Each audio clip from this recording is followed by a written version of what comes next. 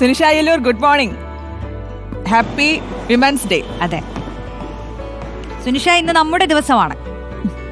Good morning ശ്രുതി, റോഷ്നി, രണ്ടുപേർക്കും വനിതാ ദിനാശംസകൾ നേരെയാണ്.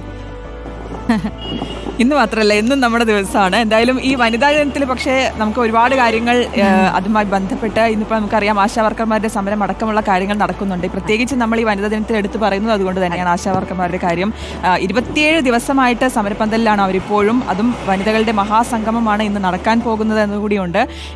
എങ്ങനെയാണ് ഒരുക്കങ്ങൾ, അതിനടക്കമുള്ള കാര്യങ്ങൾ? ഒപ്പം ഈ സെക്രട്ടേറിയറ്റ് മുന്നിൽ സമരത്തിന് പിന്തുണ അറിയിക്കാൻ വനിതാ സംഘടനകളൊക്കെ നേതാക്കളൊക്കെ എത്തുന്നുണ്ടല്ലോ അല്ലേ?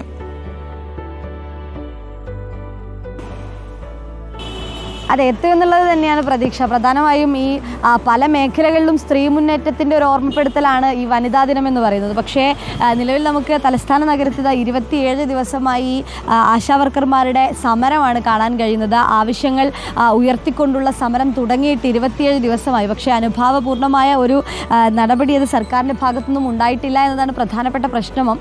ഈ പറയുന്നത് പോലെ ഇന്ന് വനിതാ ദിനത്തിൽ ഒരു മഹാസംഗമം തന്നെ നടത്തുക എന്നതാണ് ആശാവർക്കർമാരെ സംബന്ധിച്ചിടത്തോളം. സ്റ്റാൻഡ് വിത്ത് ആശാ വർക്കേഴ്സ് എന്ന പേരിൽ ഇന്ന് നിരവധി ആളുകൾ, ഇതിനോടകം തന്നെ ഈ സാംസ്കാരിക, സാമൂഹിക, രാഷ്ട്രീയ രംഗത്തുള്ള നിരവധി പേർ ഇവർക്ക് ഐക്യദാർഢ്യം പ്രഖ്യാപിച്ചുകൊണ്ട് രംഗത്ത് വന്നിട്ടുണ്ട് എന്നതാണ്. സ്റ്റാൻഡ് വിത്ത് ആശാ വർക്കർമാർ എന്ന പേരിൽ കഴിഞ്ഞ ദിവസം റിമ കല്ലിങ്കലും കനി കുസൃതിയും ഒക്കെ പോസ്റ്റിടുന്ന സ്ഥിതിയും നമ്മൾ കണ്ടിരുന്നു. അത്തരത്തിൽ ഇവർക്കായി നിരവധി ആളുകൾ ഇന്ന് ഈ സെക്രട്ടേറിയറ്റിന് മുന്നിൽ എത്തുമെന്നുള്ളതാണ്. നമ്മൾ രാവിലെ ആയതേ ഉള്ളൂ, ഇവരൊക്കെ തന്നെയും ഒന്ന് റെഡിയായി ഈ സമരപന്തലിൽ എത്താൻ പോകുന്നതേ ഉള്ളൂ. പക്ഷേ കുറച്ച് സമയം കഴിയുമ്പോഴേക്കും ഇവർ പറയുന്നത് ഏകദേശം ഒരു 7-8 മണിയൊക്കെ ആകുന്നതോടുകൂടി ഈ ഒരു സെക്രട്ടേറിയറ്റ് പരിസരം എന്ന് പറയുന്നത് ഈ ആശാ വർക്കർമാരുടെയും ഒപ്പം തന്നെ ഇവർക്ക് പിന്തുണ അറിയിച്ചെത്തുന്ന സ്ത്രീകളുടെയും ഒരു വനിതാ സംഗമം, ഒരു വലിയ മഹാസംഗമമായി മാറുമെന്നുള്ളതാണ്. ആ ഒരു ഇതിലേക്ക് തന്നെയാണ്. ഏതായാലും ചേച്ചിമാരൊക്കെ ഇപ്പോൾ രാവിലെ എത്തിയിട്ടുണ്ട്. ചേച്ചി, വനിതാ ദിനമാണ്, പക്ഷേ ഇപ്പോഴും ഒരു വലിയ മഹാസംഗമം നടത്തിക്കൊണ്ട് പ്രതിഷേധം നടത്തേണ്ട സ്ഥിതിയാണ്. Happy women's day. ചേട്ടാ, ഹാപ്പി വുമൻസ് ഡേ. വളരെ വിഷമമുണ്ട്. സന്തോഷത്തോടെ ഹാപ്പി പറയേണ്ടതാണ്, പക്ഷെ അത്ര സന്തോഷമില്ല. കാരണം 27 ദിവസമായി നമ്മളിങ്ങനെ ആയിരിക്കുകയാണ്. ഇവിടെ ഗവൺമെൻറ് അനുഭാവപൂർണ്ണമായ ഒരു നടപടി സ്വീകരിക്കുമെന്ന പ്രതീക്ഷയോടെയാണ് ഈ മാർച്ച് 8 ലോക വനിതാ ദിനത്തോടനുബന്ധിച്ച് ഞങ്ങളും പ്രതീക്ഷയോടെ ഇരിക്കുന്നത്. ചർച്ചയ്ക്ക് വിളിക്കും, മുഖ്യമന്ത്രി ചർച്ചയ്ക്ക് വിളിക്കും, ആരോഗ്യമന്ത്രി വിഷയത്തിൽ ഇടപെടും എന്നുള്ള പ്രത്യാശയോടുകൂടിയാണ് ഞങ്ങൾ ഇരിക്കുന്നത്. കാരണം വെയിൽ, മഴ, മഞ്ഞ് സകലവും സഹിച്ച് രാത്രിയായ കൊതുകിൻ്റെ കടി എല്ലാം ഉണ്ട്. പക്ഷേ എന്നിട്ടും ഇന്ന് നമ്മുടെ ഭരണകൂടം എന്ത് വനിതാ ദിന സന്ദേശമാണ് ഇന്ന് കേരള ജനതയ്ക്ക് അല്ലെങ്കിൽ ലോകത്തോട് അവർക്ക് പറയാനുള്ളതെന്ന് ഞങ്ങൾക്ക് ആശ്ചര്യമാണ്. കാരണം ഒത്തിരി അമ്മമാരെ ഞങ്ങൾ സമരം ചെയ്യുന്നത് CIT-ൻ്റെ ആശമാരെന്നോ മറ്റേതെങ്കിലും പാർട്ടിയുടെ ആശമാരെന്നോ പറഞ്ഞല്ല. കേരളത്തിൽ വർക്ക് ചെയ്യുന്ന 26,000 ചില്ലുവാന എല്ലാ ആശാസിനും വേണ്ടിയിട്ടാണ് ഞങ്ങൾ സമരം ചെയ്യുന്നത്. ഞങ്ങൾ ഈ സമരം ജയിക്കുമ്പോൾ ഇതിന് കിട്ടുന്ന ബെനിഫിറ്റ് എല്ലാ ആശമാർക്കുമാണ് കിട്ടുന്നത്, അല്ലാതെ സമരം ചെയ്യുന്നവർക്ക് മാത്രമല്ല. അപ്പോൾ ഞങ്ങൾക്ക് എല്ലാവരോടും പറയേണ്ടത് സമരം വിട്ടു നിൽക്കരുത്. ഇത് അവകാശ സമരമാണ്, ഇത് നമുക്ക് എല്ലാവർക്കും നേടിയെടുക്കേണ്ട സമരമാണ്. എൻ്റെ എല്ലാ പ്രിയപ്പെട്ട ആശാ സഹോദരിമാരും ഇന്ന് ഈ സമരവേദിയിൽ എത്തിച്ചേരണം. എന്താണ് ആശയം എന്നുള്ള ഒരു സ്ട്രെങ്ത് അല്ലെങ്കിൽ വനിതയുടെ സ്ട്രെങ്ത് എന്താണെന്ന് ഒരു ഭരണകൂടം അറിഞ്ഞിരിക്കണം.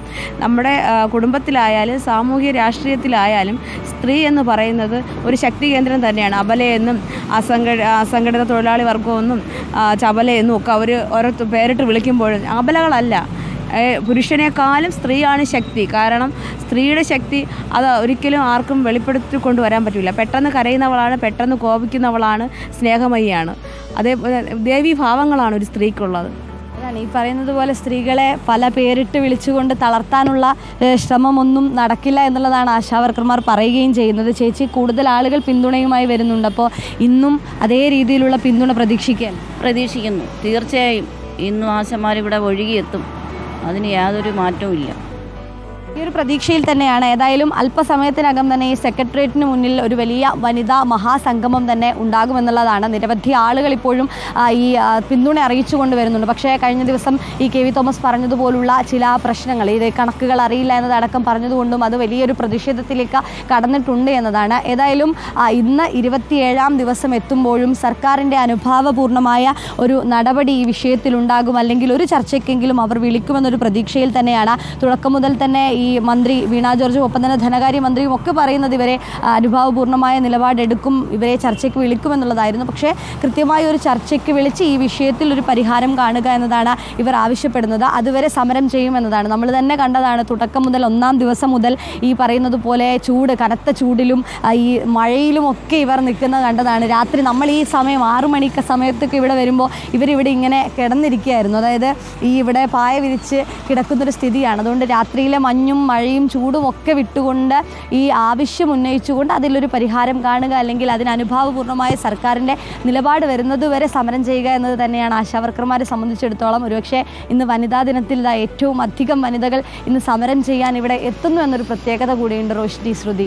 തീർച്ചയായും സുനിഷ, ഈ പോരാട്ടങ്ങൾ നടത്തിയും സമരങ്ങൾ നടത്തിയുമൊക്കെയാണ് പല സ്ത്രീകളും മുന്നേറിയിട്ടുള്ളത്, അവർ മുന്നിട്ട് വരുന്നത്. ഇപ്പോൾ ഇവർക്കൊരു ലക്ഷ്യമുണ്ട്, അവരതിനു വേണ്ടി ദിവസങ്ങളോളം പോരാടുകയാണ്. ആ ലക്ഷ്യത്തിൽ അവരെത്തട്ടെ എന്നുള്ളതാണല്ലേ, ആ വനിതകൾ വിജയിക്കട്ടെ. നമുക്ക് മറ്റു വാർത്തകളിലേക്ക് കൂടി പോവാം അല്ലേ? മറ്റ് എന്തൊക്കെയാണ് ഇന്ന് അറിയാനുള്ളത്? പ്രത്യേകിച്ച് ഇന്ന് വെഞ്ഞാറമൂട് കൂട്ടക്കൊലയിൽ തെളിവെടുപ്പ് അടക്കം നടക്കുന്നുണ്ടാകുമോ? എന്താണ് അഫാന്റെ കസ്റ്റഡി അപേക്ഷ ഇന്ന് അവസാനിക്കുന്ന ഒരു സാഹചര്യമല്ലേ? അതെ ശ്രുതി, വെഞ്ഞാറമൂടുമായി ബന്ധപ്പെട്ടുകൊണ്ട് പറയാനാണെങ്കിൽ ഇന്ന് അഫാന്റെ കസ്റ്റഡി കാലാവധി കഴിയുകയാണ്. ഇനി പക്ഷേ ഈ പറയുന്നത് പോലെ വെഞ്ഞാറമൂട് പോലീസിന് കസ്റ്റഡിയിൽ എടുക്കേണ്ടതുണ്ട്, ഒപ്പം തന്നെ കിളിമാനൂർ പോലീസിന് കസ്റ്റഡിയിൽ എടുക്കേണ്ടതുണ്ട്. ഇതൊരു 3 വീടുകൾ കേന്ദ്രീകരിച്ചായതുകൊണ്ട് തന്നെ അത്തരത്തിലുള്ള നടപടികളിലേക്ക് ഇനി കടക്കേണ്ടതുണ്ട് എന്നതാണ്. ഏതായാലും നിലവിൽ ഇനിയിപ്പോൾ കഴിഞ്ഞ ദിവസം പാങ്ങോട് വീട്ടിലെത്തി തെളിവെടുപ്പ് നടത്തിയിരുന്നു, ഒപ്പം തന്നെ വെഞ്ഞാറമൂട്ടിലെത്തിയും തെളിവെടുപ്പ് നടത്തിയിരുന്നു.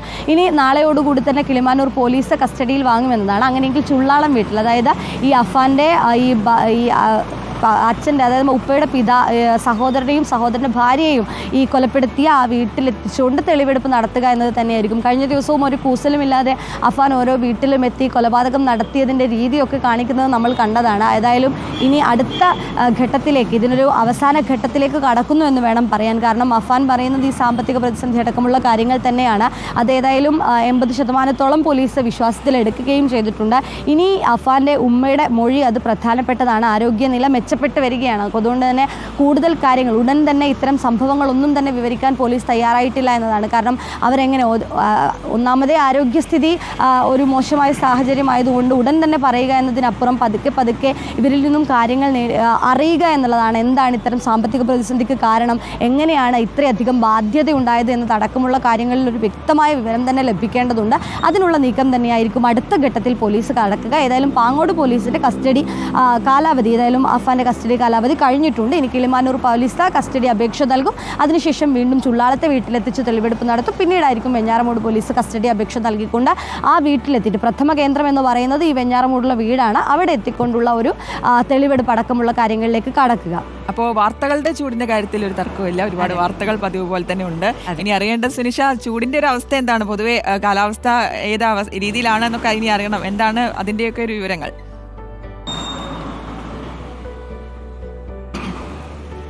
ശ്രുതി, റോഷ്നി, ഈ ചൂടും ഇതും പറയുമ്പോഴേ എപ്പോഴും ഈ പറയുന്നത് പോലെ ചൂടിനും മഴയ്ക്കും സാധ്യതയുണ്ട് എന്ന തരത്തിലാണ് ഇപ്പോൾ കാലാവസ്ഥാ നിരീക്ഷണം. അതായത് അടുത്ത 3 ദിവസം കൂടി ചൂടിനുള്ള സാധ്യതയുണ്ട്. പക്ഷേ അതേസമയം തന്നെ മധ്യ തെക്കൻ കേരളത്തിൽ മഴയ്ക്കുള്ള സാധ്യതയുണ്ട് എന്നതാണ് കാലാവസ്ഥാ കേന്ദ്രം പ്രവചിക്കുന്നത്. അതുകൊണ്ട് വടക്കൻ കേരളത്തിലുള്ളവർക്കൊക്കെ ചൂടിനുള്ള സാധ്യത കൂടുതലാണ്. നേരത്തെ കാസർഗോഡ്, കണ്ണൂർ, പാലക്കാട് ജില്ലയിലൊക്കെ 38 ഡിഗ്രി സെൽഷ്യസ് വരെ ചൂട് കൂടാനുള്ള സാധ്യത പറഞ്ഞിട്ടുണ്ട്. അതായത് 2 മുതൽ 3 ഡിഗ്രി സെൽഷ്യസ് വരെ താപനില ഉയരും അടുത്ത 3 ദിവസം. അത്തരത്തിലുള്ള ജാഗ്രതാ നിർദ്ദേശം പാലിക്കണം. ഇനിയിപ്പോൾ മഴ തെക്കൻ കേരളത്തിലും മധ്യ കേരളത്തിലും ഒക്കെ, പക്ഷേ ഉച്ചയ്ക്ക് ശേഷം മഴയ്ക്കുള്ള സാധ്യതയുണ്ട് എന്നതാണ്. അത് ഏറെക്കുറെ നമ്മളെ സംബന്ധിച്ചിടത്തോളം ആശ്വാസമാണ്. കാരണം ഉച്ചവരെ നല്ല കനത്ത മഴയാണെങ്കിലും ഉച്ചയ്ക്ക് ശേഷം ഉച്ചവരെ ഒരു ചൂടാണെങ്കിലും ഉച്ചയ്ക്ക് ശേഷം വീണ്ടും മഴയിലേക്ക് കടക്കുമ്പോൾ ഒരു ആശ്വാസം കിട്ടുന്നു എന്നതാണ്. അത്തരത്തിൽ തന്നെയാണ് ഇപ്പോഴും പറയാനുള്ളത്. ചൂടിനും മഴയ്ക്കും സാധ്യതയുണ്ട്.